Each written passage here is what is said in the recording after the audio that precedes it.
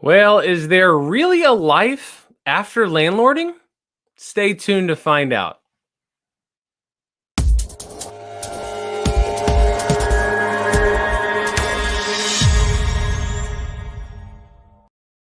Well, we are going to dive into this topic because I think so many people worry that if they leave the landlording space, what's after that? So we're going to dive into it more. But first, let me just simply welcome you to Noteschool TV. I'm glad you're here. If it's your first time or you come every week, that's great. We are here every single week on Wednesdays at 11:05 Central Time. So feel free to join us. The easiest way to join us is simply by going to our YouTube channel, click these videos, click like if you like it, and subscribe to the channel, and you'll be getting those in your feed every single week. But also, if you want the most up-to-date information, click the subscribe button. It's simply a little bell, and when you click it, you will actually get a notification on your device saying, "Hey, they're going live. Jump on." This allows you to do some drop some questions, add some comments, just say hello. Well, we always just like to hear you say hello. And so obviously, welcome. If you're looking to learn a little bit more about Noteschool or Noteschool TV, you can always go to www.noteschool.com/TV to learn a little bit more. And as always, we're going to stick around after this show. After we dive into a little bit of content, we're going to stick around a little bit longer and have an after party where we hang out with our guests, simply answer your questions, and it's a little bit more casual. We just kind of shoot the breeze and have a good time, right? So stick around for that. Today before we jump into our main topic, I want to bring on my good buddy Joe so we can talk about the latest and greatest news.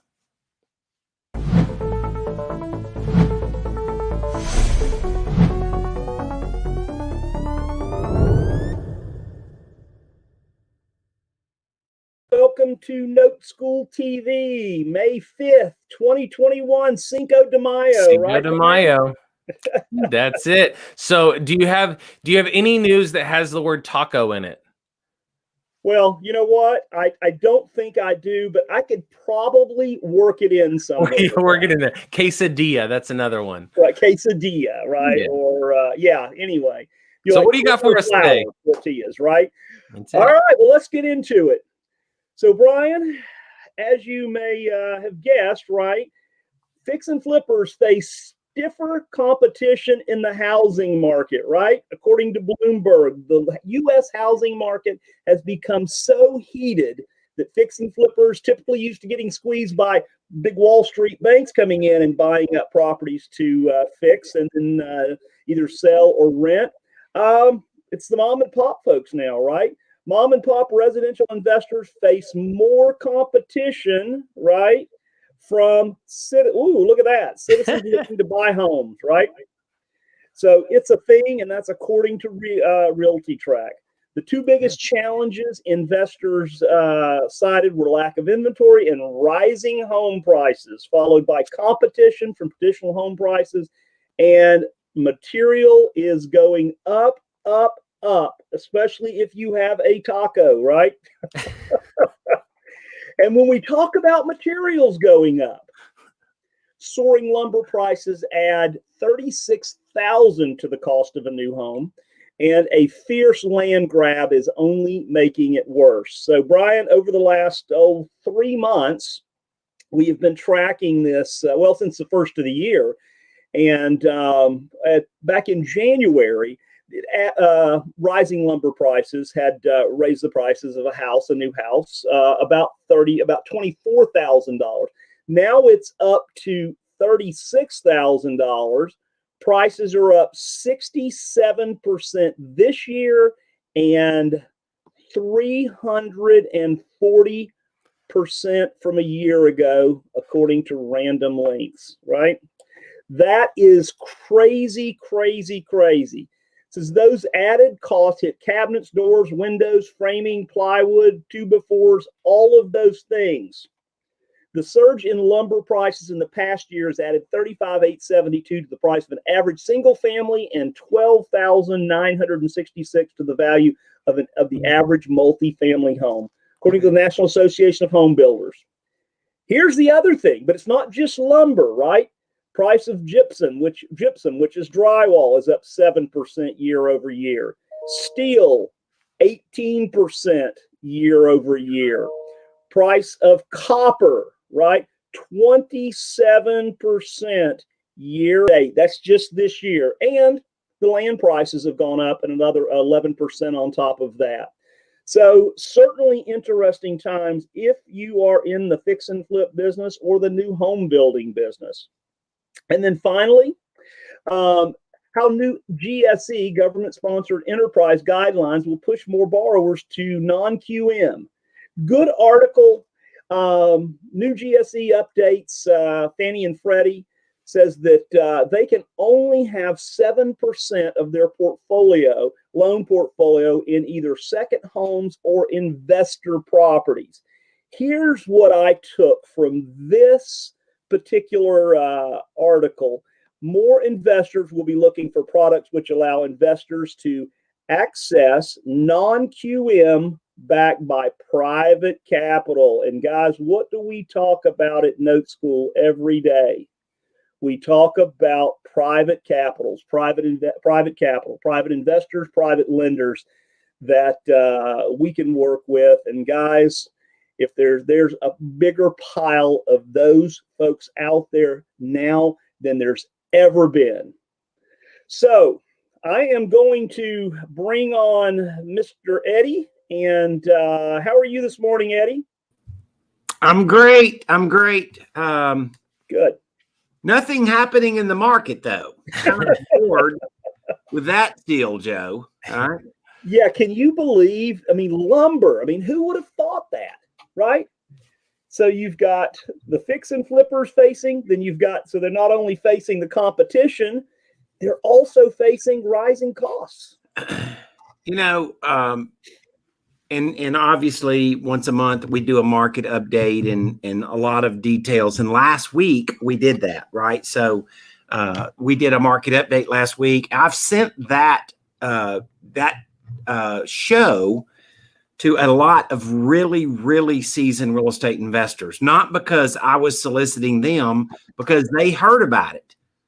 And so I had a lot of people that reached out to me and said, man, I heard you had a lot of great market update information.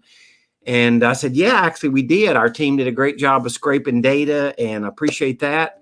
And so you guys always know that we are paying attention to this, because the deal is, it's not just the market, but it's how do we play in the market, right?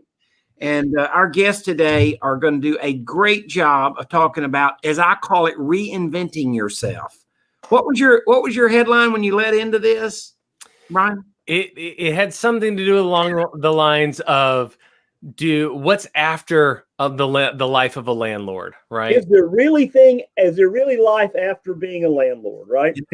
You know, because a lot of American, let's call it millions, have discovered that the landlording thing was great, but it takes a lot of energy. It takes a lot of commitment. And so these ladies have done a killer good job of applying the next phase of their life after landlording. And so they have a great story. So, Brian, gather up the details for the after party. You got it. Huh? Get the tailgate down. You got it. You got them to stock the cooler. I'll be right back. And the tequila and all right. Well, Joe, let's introduce our guest and let's get into this thing, my man. Well, we have our guests today are two of my favorite people, Cindy and Lois. These guys are from Houston, Texas. And they have an amazing story to tell about, kind of their life up to being a landlord, or up to what they did before they became the bank, or when they became the bank. Lois, Cindy, come on, and let's talk here for a little while. Hi, guys. How are you? We're great. Lois Meyer and Cindy Sterling. Hey, guys. Great to be here. Yeah. So I guess, Lois, you're Cindy's in California, right? No, Lois is in California. Lois is in California. Wow, I'm so confused. In California, you're helping mom right now. I am. And so, well, good. That's a good thing, and that's a good thing that you have the time and the you're the bank, so now you have the time to go off and do things like that instead of, as the story you're going to tell, strapping on the tool belt on the weekends, right? Sure. Plus, I can take care of our note business from anywhere, so it makes it great. That's a great point, because a lot of people, particularly after the virus, look at, what moving away or moving out or just repositioning, what would that look like? And for us, it's not even a speed bump, right? Exactly. It's seamless.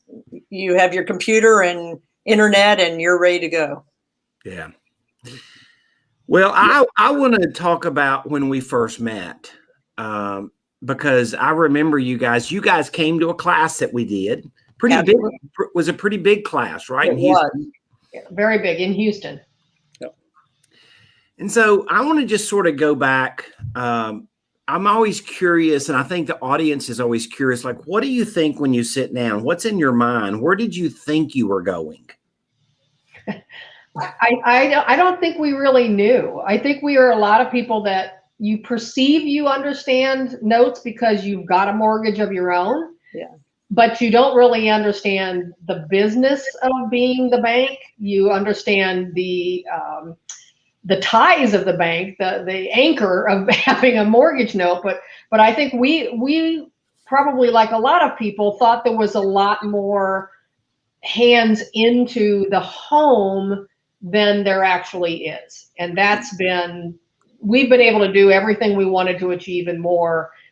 But we couldn't have done it without actually having come to the class, because I think we would have been lost, quite frankly. Yeah, we don't know what we don't know until we learn it, right? Well, it's the community, right? I think it's, Eddie, to give you all the credit in the world is wonderful, but it's the community of the people in Noteschool. It's the people that you meet and you can talk to offline, and your staff. It isn't just about all of the assets that you provide us. It's far more than that. And that's what I think was the biggest surprise for me, is I figured it would be a lot of leaning heavily on you and trying to absorb everything. But the vast resources were what allowed us to accelerate as fast as we did, because we joined last January, February, I don't recall now. We never missed a class or anything, right, Lois, for 4 months. And we clicked by on our first set of notes. I think it was Memorial Weekend last year. And we have just pedal to the floor the whole last 11 months of the year. So. Right. Yeah, and you guys have bought a lot of assets. You bought a lot of assets in 2 categories. You bought some assets because you repositioned some money. Right. You were traditional landlords, am I right? Absolutely. For how long? Go ahead, Lois. You've been well, yeah.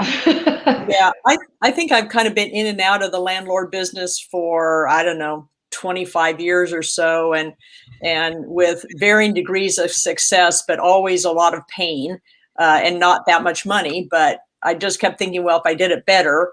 And so then 10 years ago, when Cindy and I met, we needed to really ramp our retirement up. We neither of us have come from companies that have pensions, and we have a very expensive travel habit. So we needed to really see what we could do to earn more money and less time involved. And so when we looked at this, it just seemed to make sense. We liked the real estate aspect, but not the landlording aspect. And so we are rapidly right now moving our rental portfolio on into the market to sell. We have 6 projects currently in various forms of sales, and we're going to take all of that and put it into notes. And it's a great plan. We are thrilled to death with it. Hey guys, let me ask you a question. You told me that when you guys first got together, you guys would travel every weekend, but you weren't packing your suitcases, were you? You were packing. What were you doing? You a tool belt, and then what were you doing? We designer tool belts. We were all into our. In fact, we did that for 5 years. Nights and weekends, we were white collar workers during the week. Nights and weekends, we strapped on the tool belt. Sometimes working 16 hours a day, and we about killed ourselves for about 5 years. And we just kept thinking, okay, if we do this long enough and hard enough, someday we'll sell the property and make a lot on selling the property. And then I don't know how else to say it other than it was just sheer luck that Lois's nephew introduced us to Noteschool, because he's a handyman and he had met a guy that was a member of Noteschool. Wow. And so I guess if I could say anything to all of us out there that are in Noteschool, don't hide the story, because if it hadn't been a conversation that Brandon had with this guy, we would have never known about it.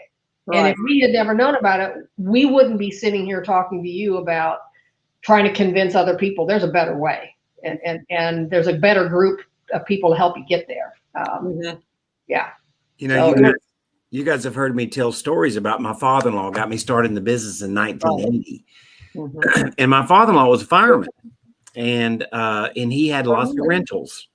And so he, like you guys, he found notes later in his life, not earlier in his life. And of course, as you guys know, I really am a cowboy and grew up in that environment. And when I met him, I was riding horses for money. I mean, I was training horses, and I was also working as a horse inspector. But I was sort of on the line of doing things that was more manual. And he said, son, you can make a lot more money with a pencil than you can with a hammer, and you'll never make a lot of money wiping sweat. Now, that doesn't mean you can't make any money, but what it means is that you transition. It's great that you did what you did, but if you had to go do that for another 5 years, how would you have felt about that? But no. We could have. I mean, we were in our 50s when we were doing that, and to be transparent, we're in our 60s, and it's like, we don't want to do it in our 60s, and we clearly can't be doing it in our 70s. We want to be on the road traveling, so that takes passive income. So could you have made that transition in your 20s? Oh yeah, and would we ever have? I mean, I think if we would be we'd be more like your kids, right? They have a different view of working and retirement. Yeah. But we've worked as hard as we can the last few months to make up for that lost time. Joe, you know these ladies' story. It may be close to as good as they do. I want to make sure that you catch some magic here, because they really have a great story, and you've tracked this closely. Yeah. And that's what I said, so you guys, you did what you knew you should do, right? You came in, you joined Noteschool in January or February of last year. And I'm thinking it was January, but I remember that class in Houston. And then you guys immersed yourself, right, in all of the learning that we have. You were on DLab calls. You didn't miss a single one, right? We still don't. Don't. You're right. You don't. I see you here every week, right? I give you thumbs up. And then by less than a year ago, by the end of May of 2020, in the middle of the pandemic, you guys pulled the trigger and started buying notes, right? And so tell us about that, and that feeling that you had when you press that purchase button. But then you've bought over 30 notes, right? In less than a year. Yes. Yeah. So the first time we hit the buy button, it was exciting, because we'd been doing the research and was like, okay. And then it was like, okay, what do we have to do now? It was like, whoa. It was almost a panic. Like, we hit the buy and we got so excited, and then we calmed down and we were like, we don't know what to do next. Like, what do we do next? And so we just thought, okay, the next 10 days, we have to figure this out. And we just just started watching videos again, reading things, and asking questions. Yeah. The first grouping, I think we bought 4 or 5. It was scary. It was exciting, but then we got scared, and then we got through it. And then Lois is already retired. I'm still working, but I think then the next, Lois, month or so, you worked through getting the paperwork, getting everything recorded. What do we need to do? I mean, that was all, but thank goodness we had a resource to go to, because that's what got us through that. Sure. Without the people in your office, I mean, I'm sure they were like, oh, great. Here's Lois again asking another question, but they were great. They walked us through things. They didn't get frustrated with us or upset that, I was asking the same question for the 5th time trying to understand it. So, but yeah, and we're constantly learning, which is something that we really both like. And well, so then we went from that group. That was just cash in pocket, to be honest with you, that we had. And then the next group that we bought, we actually dived into our self-directed IRAs. So then every time we bought, it seems like we've opened another can of worms we didn't understand. and that was the next thing that we did. Then, and by summertime, we bought some out of our self-directed. But then you did something else really crazy, guys. During the middle of a pandemic, you have developed 8 passive investors over the past 11 months, right? As well, right? Tell us about that.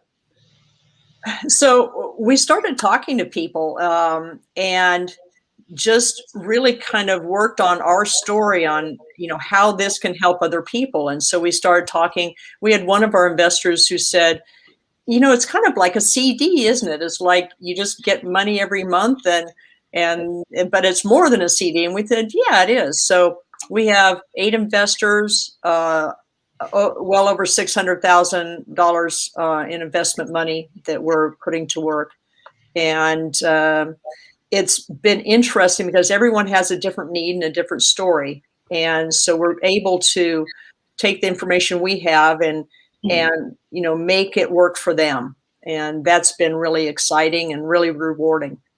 And we have cash. We have people using their self-directed IRAs. We're managing a portfolio for people. So we've in the year we've already gotten 3 different models that we're using, and I think we're doing this in a way that helps people earn really good money and gives them opportunity that they get passive and they're just investing. They don't view it as they view it truly, honestly. They view it like a CD. They don't view it like a risk. They don't view it like there's anything that they have to do. They're just loving getting the money. And every time a new CD comes due, this is the part we like, is that they're contacting us and saying, hey, I have another 25,000, 40,000, whatever that I want to invest. If they ever invest, they never stop, do they? They don't seem to yet. We're only a year into it. So no, I mean, they may run out of money, but they don't run out of friends or relationships that they tell the story to. And that's what we've seen the story kind of, really go out all over. And I wanted to talk a little bit about these passive investors. I know. So our audience are typically people that are self-directed retirement type investors, or they're active real estate investors. Some do a few houses a year, some do hundreds of houses a year, 1,000, for 1 or 2 of them. So they're small operators to big operators in real estate investing space. And then all of a sudden you look at it, and so people ask about these passive investors. And I just wanted to ask you, what does their life look like? Like they are aware they can do things to earn a little higher return, but it's a lot bigger toll to earn that return, isn't it? Yeah, I mean, I think the returns for them, first reaction we get is shock that they get as good a returns as we do. And then I think the second thing is they're not used to actually receiving the money monthly. Right. And that's been a big, because they're like, oh, so it's like a CD. I'll get this money and interest 5 years from now. We're like, no, you'll get it every month. And then you can choose what to do. And then the other thing I think, Eddie, you've taught us is once they have that kind of money building back up. So theoretically, if we say somebody's getting $1,000 a month, Well, in another 18 months, they'll have a chunk of money. We can reinvest that. So their money's and interest is making money and interest. So we're sort of helping them build on that. And that's been the surprise too, is that they get to see it every month. We've actually had 2 people contact us and say, this is just great. We just want to do more. Mm-hmm. There's realized return and there's unrealized return, right? People that have invested in something that have gone up is great as long as it doesn't go down, because they haven't actually realized the return yet. Right. When you buy a note, you realize the return every month because you're getting a check. Exactly.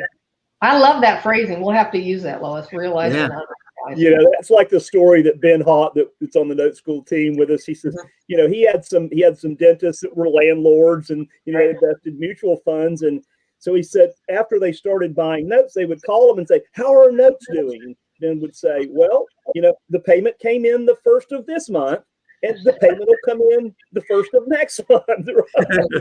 Because they were looking at that volatility, right? It's like, no. Right. All right, ladies, we're having too much fun. Yeah. Because I look at the clock and I'm like, oh my gosh. But look, you guys are gonna hang around with us in the after party a little bit. So if you guys have any questions, then do that. We'll let Brian come in and close us up, and then we'll get into a little more of a granular stuff in the after party. If anybody's interested, obviously we'll monitor the board and be able to answer your questions. So Brian. Oh, and by the way, tell them where you bought all your assets. On Notes Direct. Oh, that happens to be our sponsor. And now a word from our sponsor. What a Wait a minute.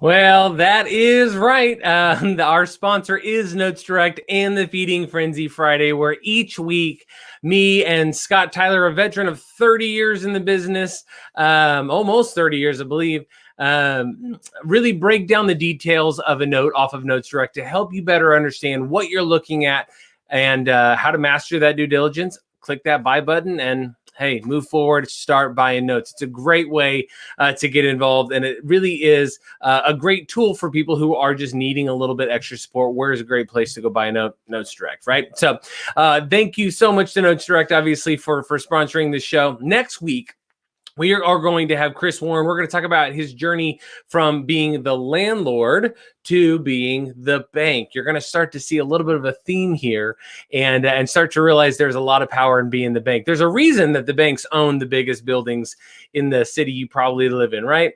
So as we kind of wrap up this show here, as always, if this was valuable to you, we'd love for you to like the video. It means a lot to us. It does us a little bit of a favor, and we'd love for you to subscribe to the channel so that you're kind of notified when more and more content we push out comes into your feed there. And as always, what we'd love for you to do, especially for Noteschool TV, is click the subscribe button so that we can see you in the show. You can participate with us. You can ask your questions. You can just simply say hello if you wanted to, right? And it's a great way to engage with us, as well as stick around for the after party that we're about to have. But if you're somebody who's like, I am all for this, I need to take action, I need to get started right now, one of the best places to go is noteschool.com/TV to learn a little bit more, or maybe even just go to noteschool.com and simply click on the tab that says contact us, and it will allow you to fill in your information, ask your question. We'll get right back in contact with you. If you have some burning desire that you just have to get this question answered, we totally understand. Definitely reach out. We'll get you going in the right direction. For those of you who can stick around for the after party, we'll see you on the other side. Everybody else, we'll see you next Wednesday at 11:05 Central Time. We'll see you.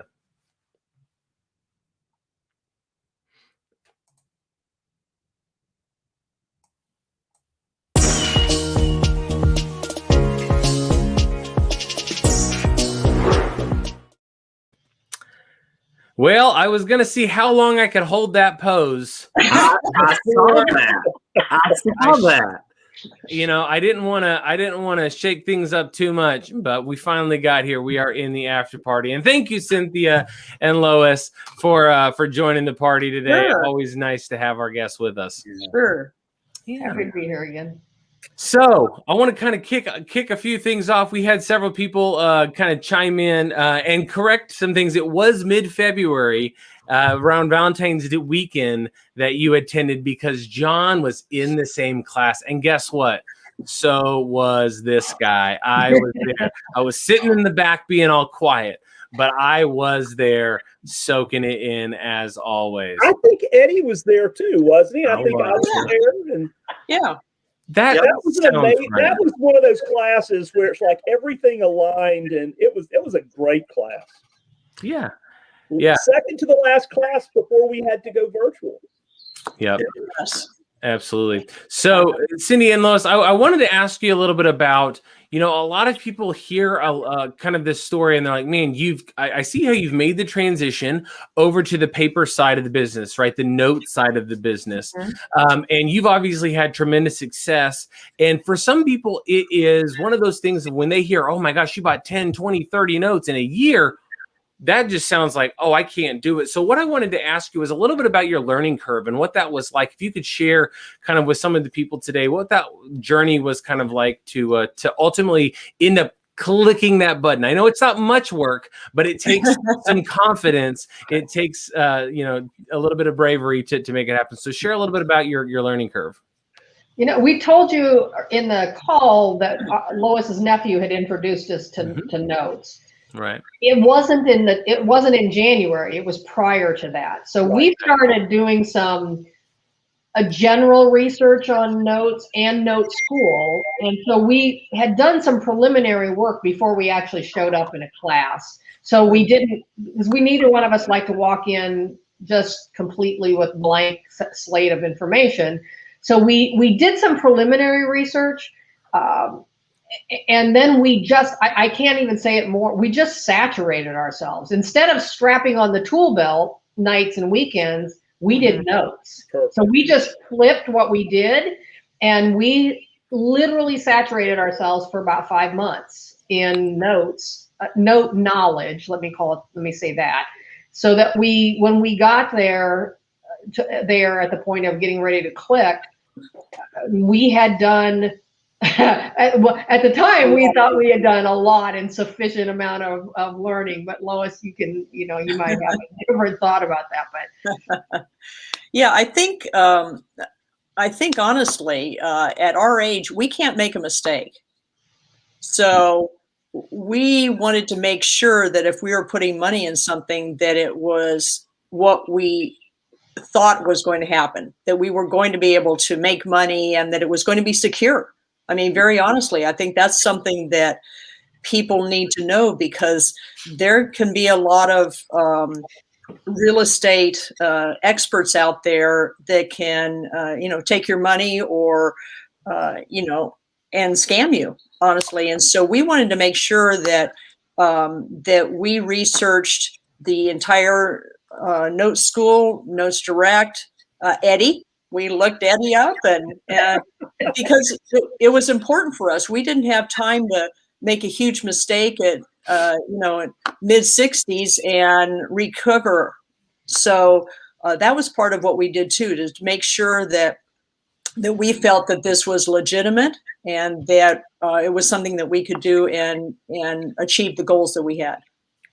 Yeah, absolutely. And what's interesting is, in today's technology world, as someone who's been around for 40 years in the business, done 50,000 deals, you can't really hide, right? that research was a little bit easier. But now, our current audience who's even watching this show, you've got a little bit of a leg up, because there was no Noteschool TV back then. It's not like we were pumping out content on YouTube. And so you're getting a lot more information right out of the gate to help you feel a little bit more comfortable about what that looks like to move forward. Absolutely. Yeah, I was thinking when you guys were saying that, we really, when we launched Noteschool TV, we really did that thinking that we could communicate stories or situations or people's stories to an audience. And if you guys would have had that advantage, you would have really escalated your, you could have watched some YouTube stuff, and really, in 2 or 3 nights, honestly, you could have gotten yourself way up the ladder prepared for the class because you would started becoming prepared for it. That's the case. And of knowing that, hey, we want to go do this. And one thing I was thinking about, and we've talked about this obviously before, and that is that you didn't really feel like your rental properties were making you a lot of money. No, we had, we didn't just buy rental properties for the sake of rental properties. We really were buying them in areas that we thought had appreciation. So I know, Eddie, you're not a C and D asset buyer. We just couldn't at the time because of some financial distress we had in our 40s and 50s. We couldn't buy C and D class properties. We had to buy C- and D+ properties in areas that we felt, with a lot of research, that we felt like was going to accumulate. So we bought them near universities. We bought them in trending neighborhoods. That has paid off for us, but we just couldn't do the volume to make it, the purchase of property worth it. Well, and let me say this, like, I understand the ability to buy cheaper because you're buying in a lesser quality neighborhood, more of a blighted neighborhood, right? Right. I would say, let me say this though, Cindy, if you knew all you knew now about financial modeling, you might have bought a better grade of a house in a different way. Definitely. So people would, most real estate investors are sort of taught, the only way you're going to buy cheap is you got to buy junk. Right. Exactly. That's how we thought. And that's sort of a mindset. And I'm sort of trying to break that mindset because you now can look and smile and say, he's absolutely right. There's another way to do this that we just didn't know. Sure. Absolutely. Sure. Well, and just the financing part of it is very difficult to, you can't get financing. So all of the money going into it was our own, or we thought we couldn't get financing. And so we have learned a lot that would have helped us over the last, 10 years, but that's okay. We're learning it now. Amen. Yeah. Well, and that's why we like having you on is, and it's my story, right? Because I've been doing this 40 years. I mean, if you tried to count all my mistakes, you couldn't. I've made more mistakes than anybody in the business has ever thought about. But I think all of us now, Brian's not of our age. He's in a different generation. And Brian, we're just trying to help you not make those mistakes. Like fast forward to the right answer, right? Right. I'll take it. Yeah. Yeah. And you guys told me a story the other day, and so you had one of your performing notes, right? Because everybody's like, well, oh, they're talking about all the good stuff, right? And everything's perfect. So you had one of your performing notes become non-performing, and you said, well, the sellers just gave you the deed back, and then what'd you do? Well, so we brought it to one of the weekday calls and said, okay, we've got this. And so, Eddie, you gave us some really good advice, deed in lieu, which we had already learned about previously. But you said, and then, you said, don't hire a realtor, put on Facebook Marketplace. And we both looked at each other and it's like, he's crazy. And we're like, okay, he's been right so far. So we did. We had 168 people that responded and showed interest in this little crappy house. And we ended up selling it to a family. This is their first home they've ever owned. They have 3 kids, and we're going to, we owner financed it on 4 years because it was a little house, and we will end up making like 75% profit. And yet we have this little family in there, and we only bought it last October, I think. So, I mean, this was a really quick fail and turnaround and win. Yeah. And what's interesting is they buy that house and now it's their home and they can have home ownership. Right. And the things that needed fixing in that house, they're happy to do because now they have ownership and they're not a tenant. Right. Yep, that's exactly. I mean, the story is great because we could give it to them at a price point that made us happy. It made them happy. They're going to have a legacy for their kids. I mean, it's a feel-good story and a financially good story. And here's the thing with the folks that they just said, hey, we can't do this any longer. And a deed in lieu simply means they just surrendered the property to you, right? And so you help them, because I've owned properties before that I couldn't, when you can't sell it, get out of a property, you're like, right? So you help them. And by the way, was that property in Houston or was it somewhere else? Ohio, Akron, Ohio. Okay, so it was a long way from where you live, right? Yeah, very long drive. But you never went there, right? Not once. And here's a question I have that a lot of people, I think, miss at the beginning is you had a performing asset. You were getting a return on your investment. You had a solid yield. And then they stopped paying. Oh, yeah, it was performing for 1 or 2 months. But you bought it thinking these people are going to pay. And then they stopped paying. And it seems like this is going to be a horrible thing. Did your return on investment go up or did it go down when you ended up getting this property back and reselling it? It went way up. Yeah. Yeah. And this is the beautiful thing people don't understand, that when things go wrong for the bank, typically things get better for the bank. You know what I mean? And this it's just such a powerful piece that, you need to be compensated. You need to be rewarded for having that knowledge. And ultimately, you were able to, like Joe said, you were able to help the person who lived in the house move on to this next chapter. But then you gave somebody a second chance of home ownership. And now they were able to buy a home when, the banks were kind of looking at them like, we don't really want to work with you. Right? Well, and it's funny because we first thought that we were going to, do this good deed for the person in the house that couldn't make the loan or the mortgage payment anymore. And so we were going to, do an amendment to the loan. And we were, so we had all this in our mind that we were going to help them fix it. And he goes, no, he says, I'm moving in with my sister. He said, I have health problems and I can't do it. And we went, oh, okay, well. You had a real estate problem and you were a lender that could solve it. That's right. Yes. One question before we jump off. A guy, I know this guy, Tim. He lives in Houston, and he says, "So why aren't you doing this on your rental?" So talk about that just for a second. Oh, why aren't you converting your rentals into seller financing? We are. We are. In fact, we have. I think 5 or 6 of our properties. We have approximately 15 properties, and about 5 or 6 of those we are in the process of selling those, and we're going to hold as many of those notes as we can. We think 2 to 3, but we don't know until it's all said and done. So we are absolutely in the midst of doing this. And we will continue to do it. Our objective is to invest in performing and non-performing notes. Will we always have a couple of rental properties? Probably, for various reasons. Yeah. All right, just a rough number. Take the income on a house when you were renting it, and take the income on the house when you've now owner financed it. Any difference? Yes, right. Several hundredfold.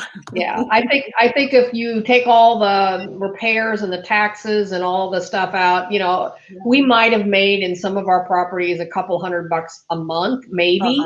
And the mortgage payments that we're getting on these are probably anywhere, honestly, from about $800 to $1,600 a month, depending upon the size of the property. Right. That is a different amount of money. It is. And no more money going back in. Yeah. Right. I think I'm liking this bank thing. Yeah. Get those phone calls. Gee, my toilet's running. Yeah.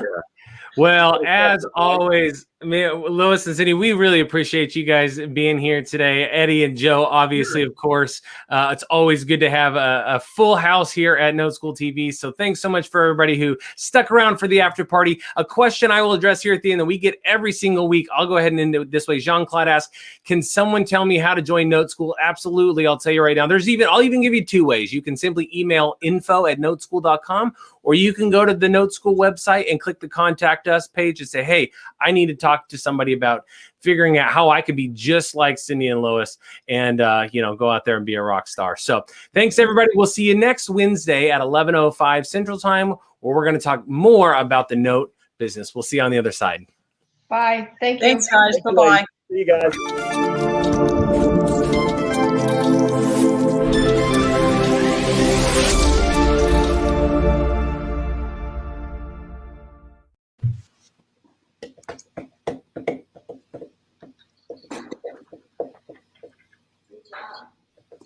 Thank you.